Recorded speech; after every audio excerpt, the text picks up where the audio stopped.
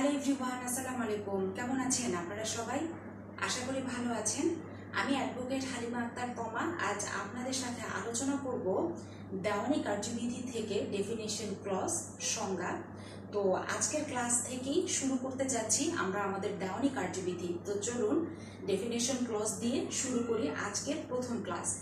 প্রথমেই আমাদের সিপিসি ধারা 2 এর উপধারা 2 সেখানে বলা আছে ডিক্রি কাকে বলে, ডিক্রির সংজ্ঞা।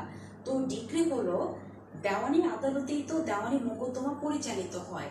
তো যখন কোন একটি দেওয়ানি মোকদ্দমা পরিচালিত হচ্ছে, বিচার কাজ চলছে কোন বিজ্ঞ আদালতে, এবং বিজ্ঞ আদালত যখন এই মোকদ্দমায় কোনো স্পষ্ট সুনির্দিষ্ট বক্তব্য প্রদানের মাধ্যমে বা কোনো ঘোষণার মাধ্যমে মোকদ্দমার পক্ষদ্বয়ের মধ্যকার অধিকার নির্ণয় করে এবং অধিকার নিশ্চিত করে, তাকে ডিক্রি বলে। তো ডিক্রি হলো দুই প্রকার, একটা হলো প্রাথমিক ডিক্রি এবং অপরটি হলো চূড়ান্ত ডিক্রি। ইংরেজিতে যাকে বলে preliminary decree and final decree. তো এই প্রিলিমিনারি ডিক্রি কাকে বলে বা প্রাথমিক ডিক্রি কাকে বলে? প্রাথমিক ডিক্রি হলো যখন কোনো একটি দেওয়ানি মোকদ্দমা চূড়ান্তভাবে নিষ্পত্তি হবার জন্য আরও কোনো ব্যবস্থা গ্রহণের সুযোগ থাকে, সেই অবস্থায় যখন কোনো ডিক্রি প্রকাশিত হয় সেই ডিক্রিকে বলা হয় প্রাথমিক ডিক্রি।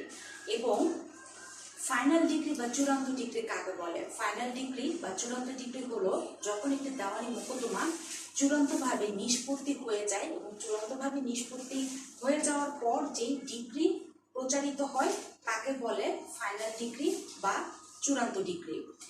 এখন আসি অন্য আরেকটা বিষয়, সেটা হলো সোলে ডিক্রি। এই সোলে ডিক্রি কাকে বলে?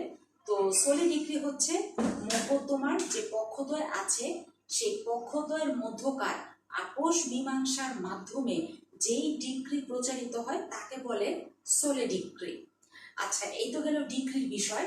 এখন আসি পরবর্তী আমাদের দেওয়ানি কার্যবিধি ধারা 2 এর উপধারা 3। এখানে বলা আছে ডিক্রিদার, ইংরেজিতে বলা হয় ডিক্রি হোল্ডার। তো ডিক্রি হোল্ডার বা ডিক্রিদার কাকে বলে? তো এই ডিক্রিদার হলো যখন বিজ্ঞ আদালত থেকে একটি ডিক্রি প্রচারিত হয় এবং সেই ডিক্রিটি যার অনুকূলে প্রচারিত হয় তাকে বলে ডিক্রিদার বা ডিক্রি হোল্ডার। এখন মনে করেন মিস্টার এক্স তিনি হলেন একটি দেওয়ানি মোকদ্দমার বাদী, অপরদিকে মিস্টার ওয়াই তিনি হলেন একই মোকদ্দমার বিবাদী।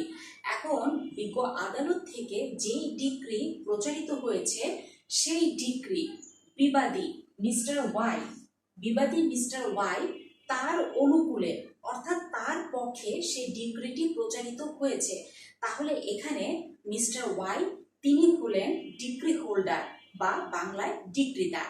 এই হলো ডিক্রিদার বা ডিক্রি হোল্ডার কাকে বলে, উদাহরণ সমেত আপনাদের সামনে তুলে ধরলাম। তো আজ এই পর্যন্তই।